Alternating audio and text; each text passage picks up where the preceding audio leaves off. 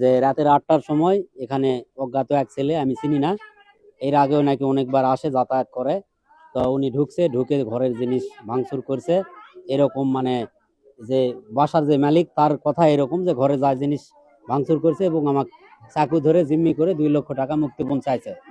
তো কালকে ঢুকিছে, এলাকাবাসীর প্রশ্ন যে কালকে ঢুকছে, কিন্তু এই এই 12 ঘন্টা 14 ঘন্টা পর কেন জানাজানি হবে? এতে করে এলাকাবাসী ক্ষুব্ধ হয়ে সবাই মিলে তার গেটের সামনে এসে ভিড় করছে এবং থানা প্রশাসনকে জানানো হয়েছে। থানা থেকে পুলিশ প্রশাসনের লোকজন আসছে।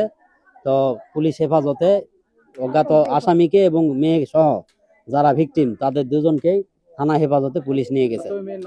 ওই মেয়ের নাম হলো ডেইজি। তার স্বামী হলো বিদেশ থাকে, প্রবাসী, কাতার থাকে। হেলাল আহমেদ প্রায় আপনার 4-5 বছর থেকে আছে।